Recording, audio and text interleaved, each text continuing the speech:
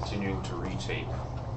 All right, so we're going to look at in this section, looking at radicals and thinking about them with transformations. This is another two parent functions that are going in our library of functions that we're continuing with for this year, okay? So I think this is like, what, the 7th and 8th or something like that functions we've learned. So if you put them in your calculator, you guys kind of looked in the book a little bit, you should have seen two new shapes. And this is what all roots look like. So of course there's an infinite number of roots. We've been looking at all kinds of them, right? Like 5th roots, 7th roots, 8th roots. You can look at anything like that. But they go with odd and even, just like the power functions, x squared and x cubed. Everything was either like x squared or everything was like x cubed. Okay, so same kind of thing. That's because these are the inverse functions of x squared and x cubed. We're going to learn a little bit more about what inverse functions means as in this unit, another spot, okay, before we're done. So the shapes, square root looks like that. It's a very slow growing shape. It should remind you of something, and I put it in the front of your notebook. So in the front of your notebook, you should still have that library of functions page. I'm going to do a library of functions activity soon where we combine everything we've learned so far. So I'd write, just do a quick sketch of each of these shapes in the front of your notebook. So the square root shape should remind you of another function that we've studied this year. It's not exactly the same at all, but it's got a very similar shape. Other shape kind of grew slowly like that. Yeah, logarithms, definitely. What was the difference? See, square root starts at the origin. We talked about that in 8.6, right? The square root of 0 is 0. The cube root of 0 is 0. Any root of 0 is 0. So they should all go through the origin, right? Like both these do. But this one starts firmly from there and grows. Why isn't there any values over on this side? Because Jacob, you're up first. Because, you have an idea? Somebody else? Connor, do you want to say? Because square roots can have negatives. Yeah, you can put negatives into even roots, right? You get things like imaginary numbers, I, that are not real and don't show up on the graph. So that's why there's no domain, there's no existing part of the square root over there. That should kind of make sense, okay? But when we put negative numbers into cube roots or fifth roots or anything like that, did they work? Yes. I think the answer is yes. You should have seen some problems like that by now. So you can see that there's a piece of the graph over in the negative numbers. And it's below the axis because when you put a negative number into a cube root, you get a negative answer. That's why it's below. Okay, so that should kind of make sense. Yeah, Akash. Like curves going underneath it too, or This one? yeah, Where? like starting at 0 and just going. Like this? No, yeah. The other way? Interesting. So I think Akash is thinking about like when you solve an equation. This is a very good question. So let's think you had y equals x squared and you wanted to solve for x. What would you do to both sides to solve for x? You'd square root both sides, right? So then you'd get x equals the square root of y. That's kind of like the square root function. That's this shape right here on the board. But see, I kind of made a blunder mechanically when I did that. Plus 1. Yeah. What should I have done when I square rooted? Square roots always have how many answers? 2. There's a plus and a minus. The plus square root shape is right there. Yeah. The minus square root shape would be this part. So that's interesting, but there's a little bit more to that, so we'll leave that to another lesson to kind of finish up that. It's a good question, Akash. All right, so today all we're going to be doing is moving these shapes around to transformations you guys already know. So let's take an example, g of x. G of x over here, what's happening to g of x? Can you guys tell me? There's one transformation. Inside there's a -3, inside means horizontal, means it's gone to the right by 3. Yeah? So we just need to take what shape and go to the right by 3. The square root part that actually starts at the origin, it's not going to start at the origin anymore now, right? It's been shifted to the right by 3. Now it starts from over here, draw the shape. And you guys remember that I wanted you to have at least 2 points? Well, we got one that's kind of clear. I don't think we need to even label it. You can if you like. 3, 0, right? I think it's good to label it because sometimes in trigonometry, if you aren't real good with your x, y labels and you switch them sometimes, you're going to have issues. So I'll leave that to you though, okay? You guys are growing young people and can make some judgments yourself. But need at least one other point. So you can, of course, use your calculator to help you, but let's try to do this without a calculator. What's a convenient thing that we could plug into this and get a nice answer out? There's tons of convenient things. Do you have an idea, Noah? 7. 7. Where's Noah pulling a 7 from? Square root of 4 is 2. Yeah. He's thinking about the square numbers he knows, and he said, well, the first square number I know is 4. 4. So he said, what number can I plug in there to make it be square root of 4? And that's why he picked 7. Does that make sense? Because if I put 7 in for x, what do you get? You get the square root of 4, which we know is, of course, 2. And since the square root was already there, we don't need our plus or minus. Okay? So it takes all the way out until 7, so 4, 5, 6, 7, until this guy has grown up to 2. 7, 2. So on all your problems, please include 2 points. That shouldn't be too hard. Yeah? With the first one, the f of x equals the square root of x, could you have just added 3 to the 4 on the bottom because it was right 3? Yeah, I guess, yeah, totally. Yeah, you can think about it like that, Carson. Good point, yeah. What would be another convenient value before we move on to h? 3. What would be another convenient thing to plug in here to get an answer? Well, 3, yeah, because that makes it square root of 0. Jacob's right. What's another one? 12? Where are they getting 12? That's 9. Because 9. I like it. We know the square root of 9 is 3.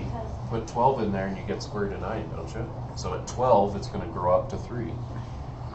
That's another one. 52. 52.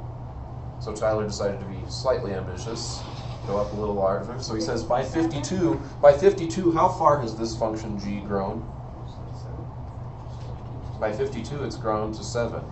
So if I put 52 in, what's inside really? 49, and we know the square root of 49 is 7. So that's the points you guys should be trying to do. That's an important process, okay? So the book won't tell you to do that. Make sure you do it. 600. All right, so let's kind of scoot this out of the way and look at h. So let's look at h of x. Somebody who hasn't been playing too much, can you tell me what transformations are happening here? What's this one do? To the left. To the left. Left, 2, it's inside, so it's horizontal. Plus means left, very good. And there's another one. This, what's this do? Times by 2. Remember multiplying? Yeah, it's a stretch. Is it vertical or horizontal stretch? Well, remember, vertical is outside stuff. This is outside, right? So clearly this should be a vertical stretch. It should be pulled up like this. It's that shape, the cube root shape.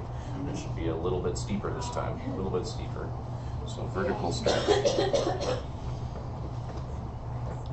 And technically it's by a factor of 2, but mainly it's important that you know it's a vertical stretch. Okay, so let's try to sketch this guy. We'll put a couple points on there.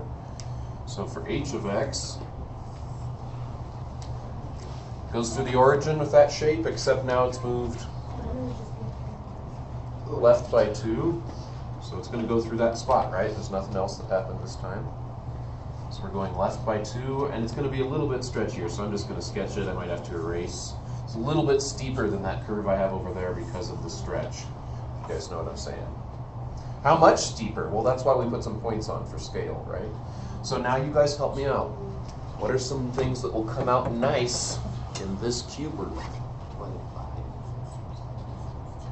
Where is Akash pulling 25 from? How does he look at this and pull 25? 27. Because 27, and we should all know by now, I mean, we just worked with it a bunch, right? 27 is a cubic number. It's what? 3. It's 3 cubed. So if we put 25 in there, if you want to write it out formally, you could go like this, right? h of 25. Well, that's 2 cube root 25 plus 2, which is the cube root of 27, which is why he picked it. Because it's 3, it comes out nice. Doesn't need his calculator or anything. So that's 6. So by the time we're out here at 25, my scale's mismatched, but you can just imagine in your head. By the time we get to 25, this guy will have grown all the way up to 6. Okay? So what would be another good point for scale? So we've got 1 point right there. That's enough to satisfy what I asked you to do, but I'd go for 3 on the cube root. It's up to you. Tyler? 6. 6? So at 6 will be somewhere in here with my broken scale. Right, my scale's really messed up here, so we're having to imagine a little bit. So if we put in 6, that'd give us the cube root of what here? 8. And the cube root of 8 is? 2. So 2 times 2 is? 4. So right there it's 4. Hey, my y-axis is looking kind of good. My x-axis has some serious issues. So, I mean, it's not a big deal. All right, let's look at a couple more. Okay, so same thing, just some more practice. I think we want to see quite a few. What's the first one doing? Beta. Goes outside. It's outside, right? So it's up 5. So that guy's up 5. I'm not even going to write it, but let's draw beta. So up 5. There we go. Is this guy going to just start from there, or is it going to go on both sides? It's gonna start. It's going to start, right? Because it's square root shape. So we got 1 point on there that's pretty obvious. I guess I'll write it down. 0, 5. Let's put one more for scale. This one's pretty easy to guess some nice numbers, right? What could you put in that will come out nicely? 95. Such a joker. 95 would give us a decimal, wouldn't it? It's just square root of x. It's a 4. Or 9. Or 100. 625. So I'm just going to go for something boring. 4 gives you what when you put it in there? 2. 2, but that's plus 5. So remember, if you want to be real careful, you can actually write it out with a function. It's up to you. That one's a 7. That's good enough, I think. Okay? Let's move on. So how about gamma? That's the Greek letter gamma. If I drew it decently, I'm not sure. My gammas are always iffy. So transformations, what's happening? Going to the right. Right by 4. So I can write it down. Anything else? It's flipped. Yeah. The negative outside is going to flip it, and the key is that it's outside. The negative is outside, so which way is it going to flip it? So reflect. I like what Jacob said. Reflect it vertically. Why? Because this is not on the x, it's on the whole thing, and that means it's on the y values. Where do negative y values live? They live down there. That's the easiest way to remember. Okay? So that's it. So let's see if we can draw it. Same shape right at the square root. Right by 4. And this guy is going to go like that. Okay. That point's pretty clear. What's something else we can plug in that'll come out nice? Can you help me, Mr. Valdez? 260. What'll come out nice? Give me another point to plug in. 73. 600.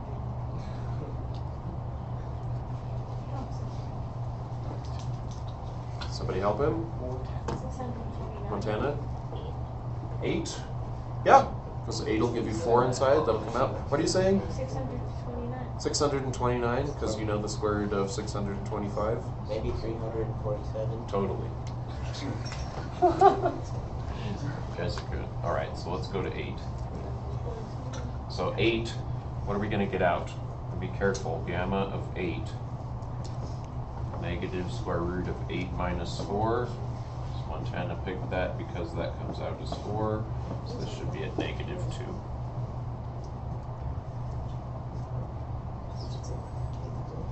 Which makes sense. I mean, it looks right on the picture, right? Negative 2-ish sounds good. Okay? How about phi or phi? Different people pronounce that Greek letter differently. We'll see it in trig. So, phi. What's happening with it? It's going Right by 2. to down. This is outside, right? That's vertical stuff. That's down 2. Yeah. 4, we already saw something like that a second ago. That's going to be stretched vertically by 4.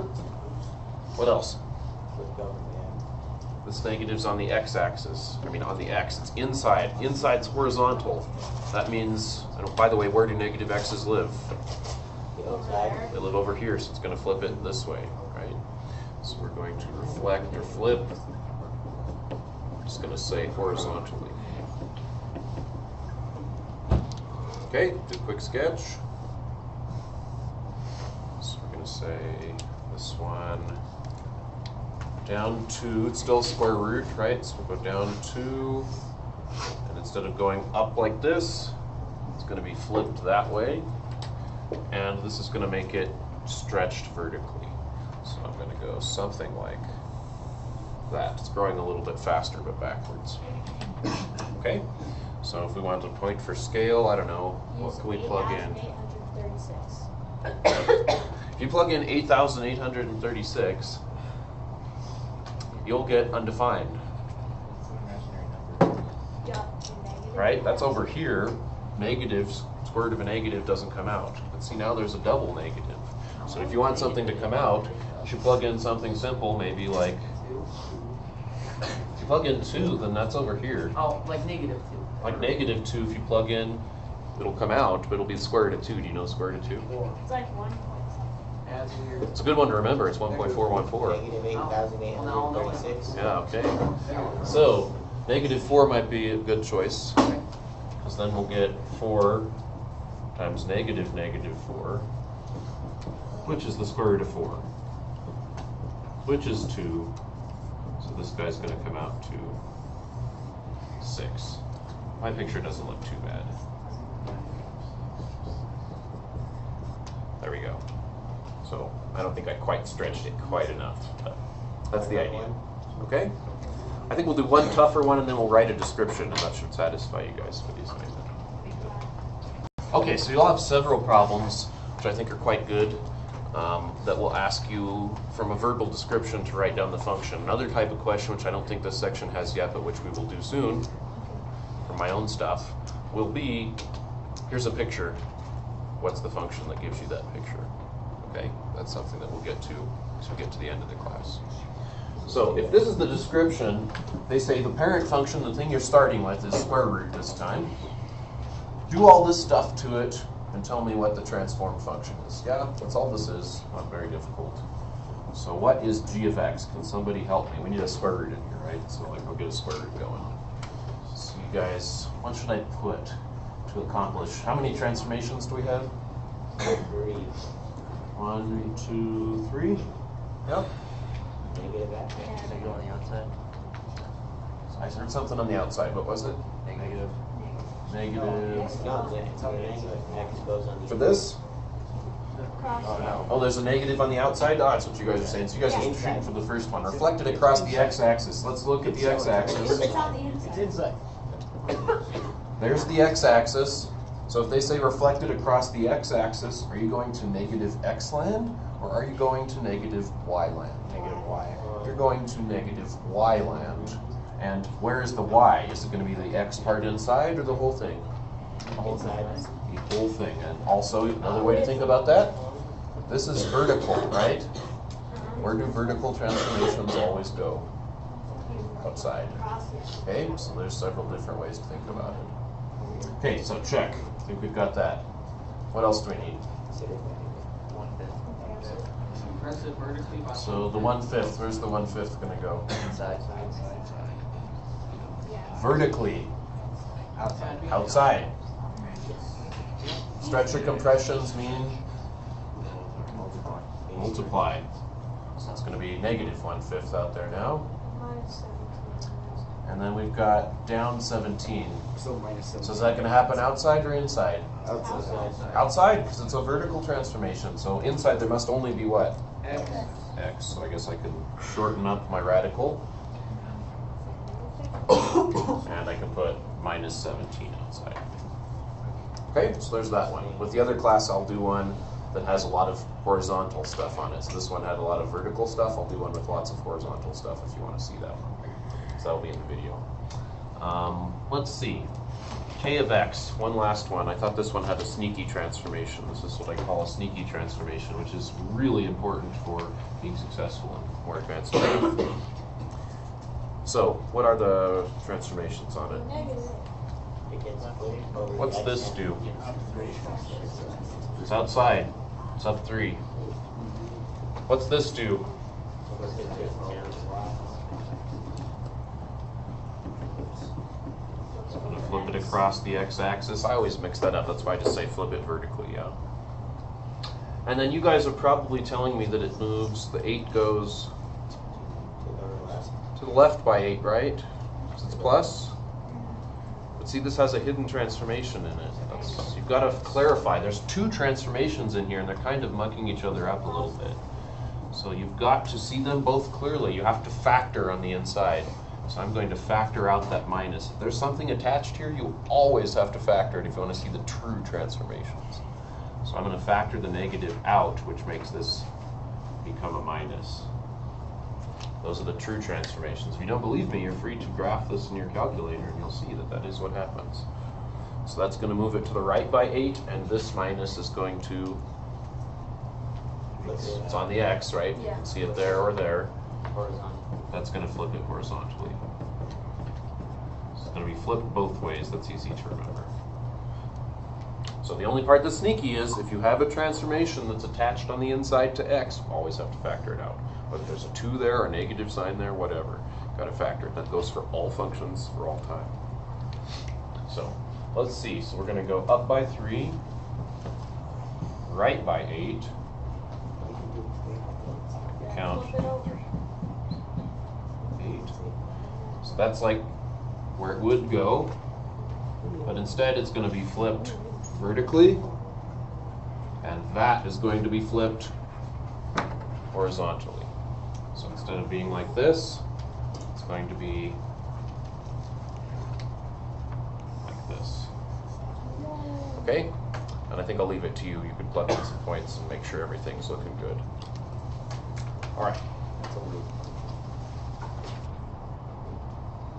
Okay, I thought we should look at one more example.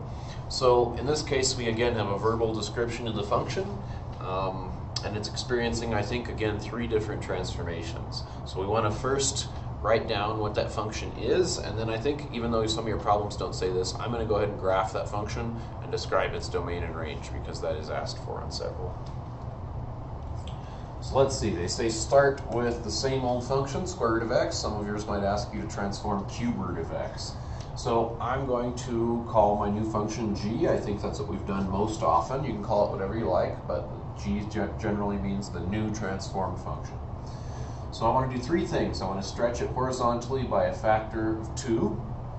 I want to reflect it across the y-axis, and I want to go 3 left. So it might help for you to kind of write down a couple hints to yourself first. I think this is the easiest part, the part that says go 3 left. Left stuff is going to be inside, of course, because it's horizontal, and it's going to be plus 3 inside. So let's write that. So we'll go plus 3 inside to accomplish that translation, that slide. Reflecting across the y-axis. Y-axis, if you're like, well, which way is that? You might just draw your axes real quick, x, y. So this is the y-axis, that means go this way. So that's where negative x's live. So I think we're going to need to plug in a negative x instead of a positive x. So that's that. The other part is we need to stretch it horizontally by a factor of 2. Now when we get to trigonometry, horizontal stretches and compressions are going to be pretty simple. Right now they might still be a little tricky, but not if you use the same logic I've been telling you about transformations the whole time. So this says it's been stretched horizontally by a factor of 2. So is it horizontal or vertical? Well, duh. I mean, it's horizontal, they said it. So horizontal stuff, does it happen on the inside or the outside?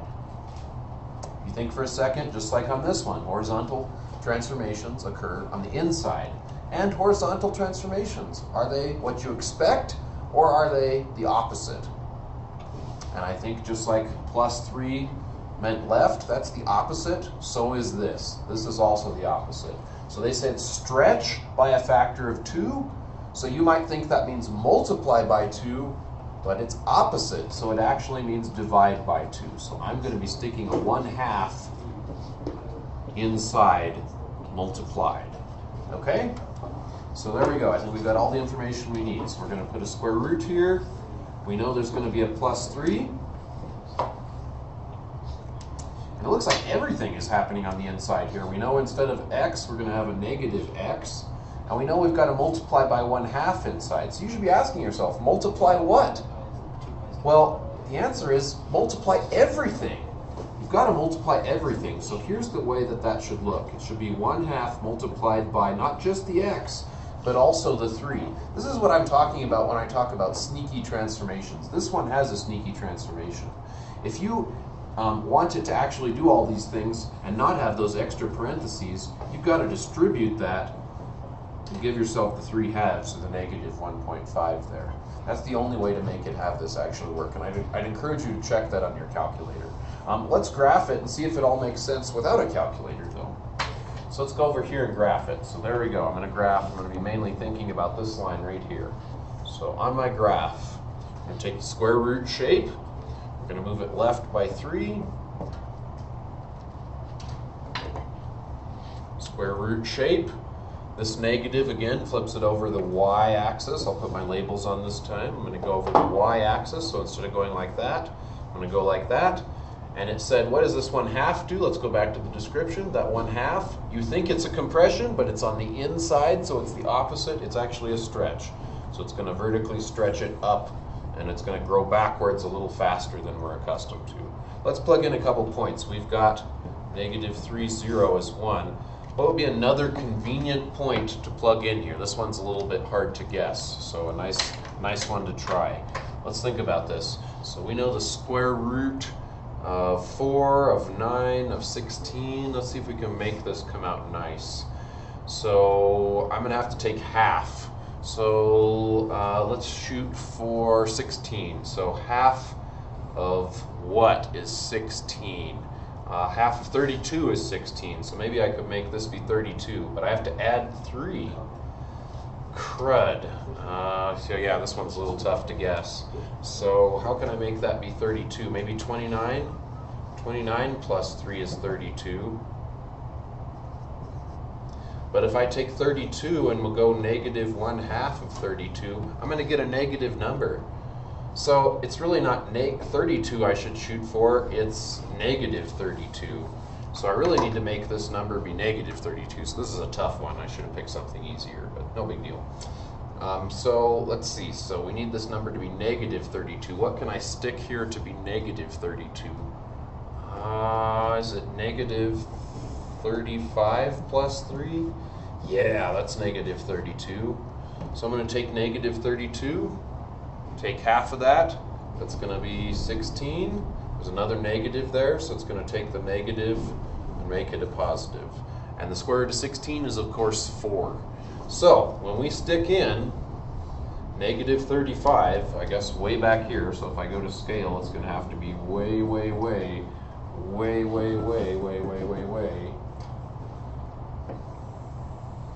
all the way back here or something at negative 35. Back at negative 35, this guy's going to be up at 4, so I'm going to have to go like this.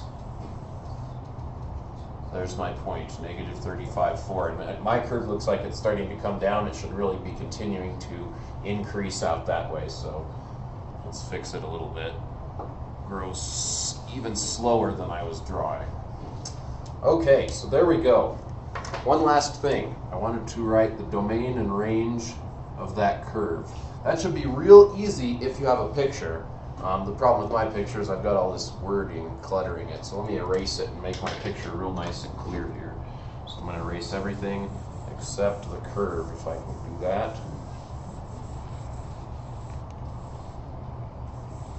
Fill the curve back in there, make it all one color.